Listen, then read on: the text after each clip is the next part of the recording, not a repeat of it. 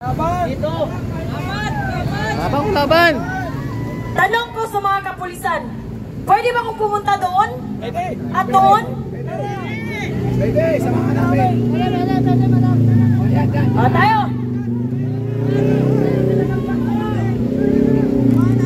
Ako po si Amor Patrio. Alam kong bobo kayo kaya itra-translate ko sa Tagalog. Ang meaning ng Amor Patrio ay love of country. Wala kayo noon mga kasi kayo. Unang-una sa lahat, gustong-gusto ko na kayong sugurin. Kasi alam niyo, nawala ang mic ko. Dito lang tayo. Balik! Yung performance or speech natin ngayon ay kagaya ng performance ng mga representatives ng mga magnanakaw sa Kongreso. Meron? Wala? Minsan meron? Pero sa lahat ng araw, kadalasan, wala. Okay? Kailan ba natin babaguhin ang sistema na ang mga taong ito ang kinakain nila, ang mga sasakyan nila, ang mga bahay nila, ang mga pinapaaral nila sa kanilang mga nepo babies, ang ipinibili nila ng mga jewelry sa kanilang mga nepo mistresses ay galing sa taxes, dugo at buhay ng mga Pilipino. Ayoko magmakaawa na maawa naman kayo sa mga Pilipino kasi alam ko wala kayong awa. I don't even think that you are a person. I think you are an evil trying to govern the Filipino people. Ganon kayo. So I will not say please resign. Ito ang tandaan nyo. Habang nakikiusap pa kami, bumaba kayo. Dahil sooner rather than later, mind you, hindi na kami makikiusap. Hindi na namin kayo sasabihan. Kakalad ka rin kung kakalad ka rin. Bababuyin kung bababuyin. Bakit? In this generation, we are millennials. We do mirroring. Kung ano yung energy, kung ano yung serbisyo, kung ano yung trato na binibigay nyo sa amin, yan din ang ibabalik namin sa iyo. We are the millennials and we are like that. Sa na nakaupo dyan sa Kongreso, huwag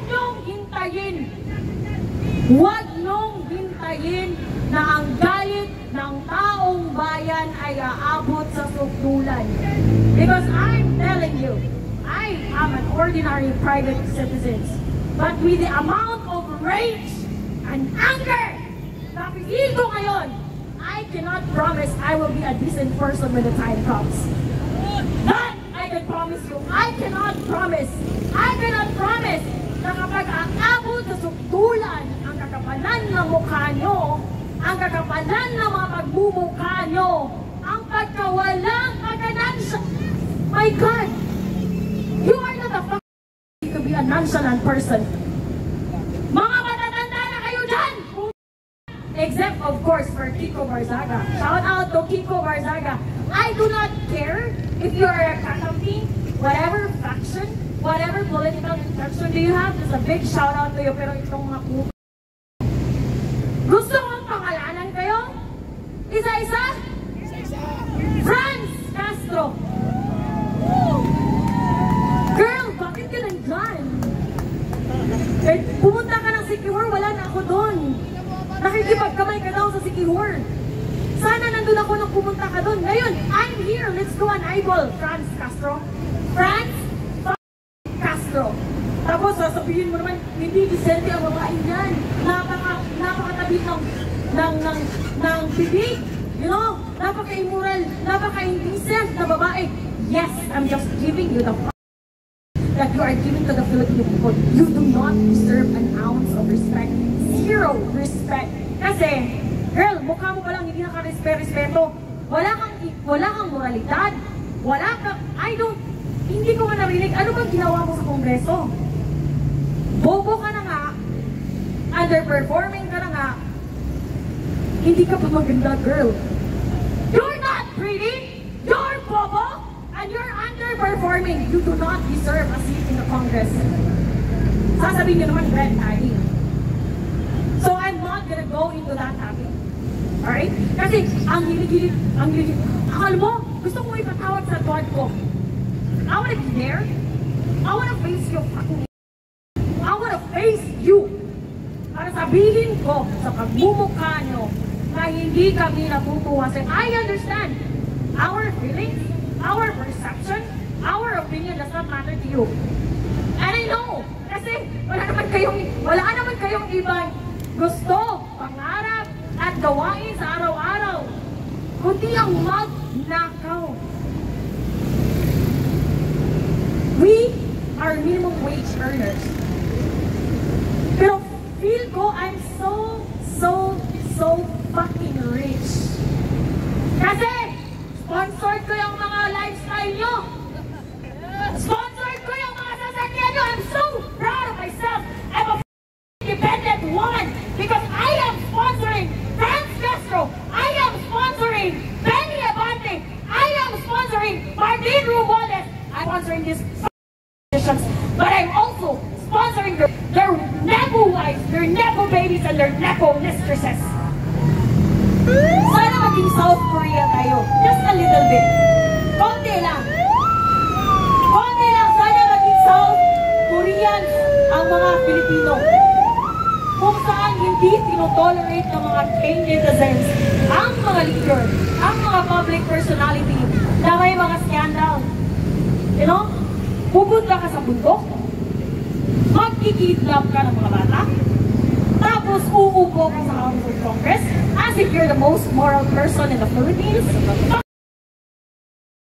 You do not deserve an ounce of respect, Franz Castro.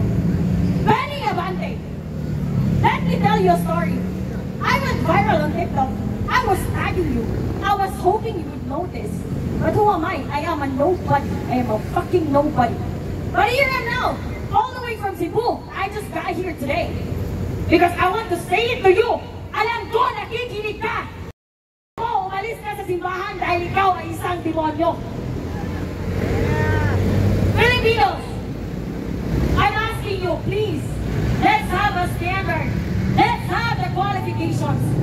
Especially for these public officials who run for a public office to serve the public. That statement itself, it should tell you one thing. We, the Filipino people, we are the employers. We're paying them to do their doing not just a sloppy job, but an obviously idiotic job. Wala na kayong mga utak dyan?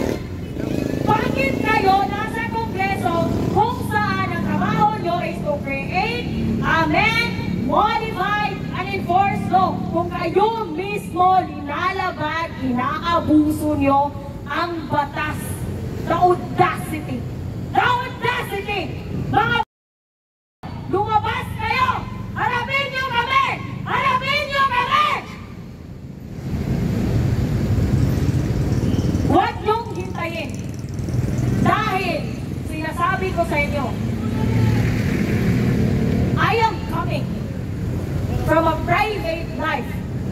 I am coming in Manila as a private person, as a nobody, right?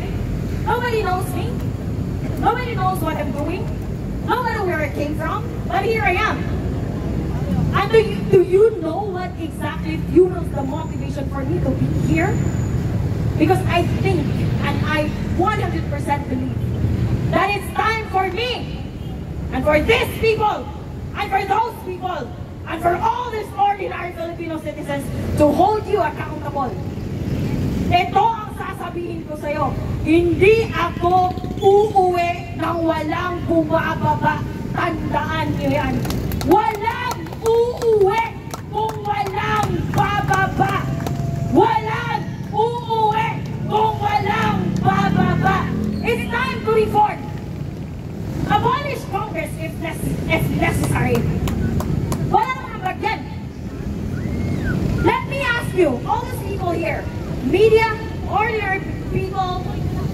professionals, ex-military, whoever this fucking person here on the venue. Name one thing na naramdaman nyo na worth it ang binayad yung taxes para palamunin, pasahurin, at i-fund even the fucking air that they breathe in Congress. Tell me one thing. Just one thing. Ikaw, did you ever feel meron ka bang isang example situation na you can proudly say na, oh my God, Congress has done you something good? No? Shame on you. I am. Let's not say my age, because I want to be 30s. When you're in your 30s, you're in your 30s period. But let me tell you, sa tatlong dekada kong nabubuhay sa mundong ito, sa bansang ito, I cannot remember a single fucking thing that I can proudly say na, oh, ito, ginawa to ng Congress. Ginawa to ng mga butihing congressman. Wala. Zero. And then, magnanakaw ba kayo? Pinapalamon na nga kayo. Makinig kayo! Pinapalamon na nga kayo. Pinapasahuran pa kayo. Binibigyan pa kayo ng iba't ibang allowances. Kahit simpleng pagtrabaho dyan, hindi nyo pa magawa. Kung magnanakaw kayo ng patago, napaka-immoral nyo naman na magnanakaw kayo ng harap-harapan, magsisinungaling kayo ng harap-harapan, at ito yung, this is what makes me very infuriated, very upset, and angry beyond angry. Kasi, the way you report, you manipulate the mainstream media, parang iniisip nyo na bobo kami. Parang iniisip nyo na wala kaming access sa information. Ganun ba ang tingin nyo sa amin? Ha? Ganun ba ang tingin nyo sa mga Pilipino na kami ay mangbang? Para tayong nasa panahon ni Rizal, kung saan ang mga Friday ay ginagawang bobo at sinasabihan na Indio ang mga Pilipino. And you, Franz Castro, Benny Abante, Martin Romualdez, Saldico, Marcos Jr., Lee Satanas. Learn from the history. Every abuse, every tyranny is not forever. And when that day comes, we're not going to be merciful. I'm telling you.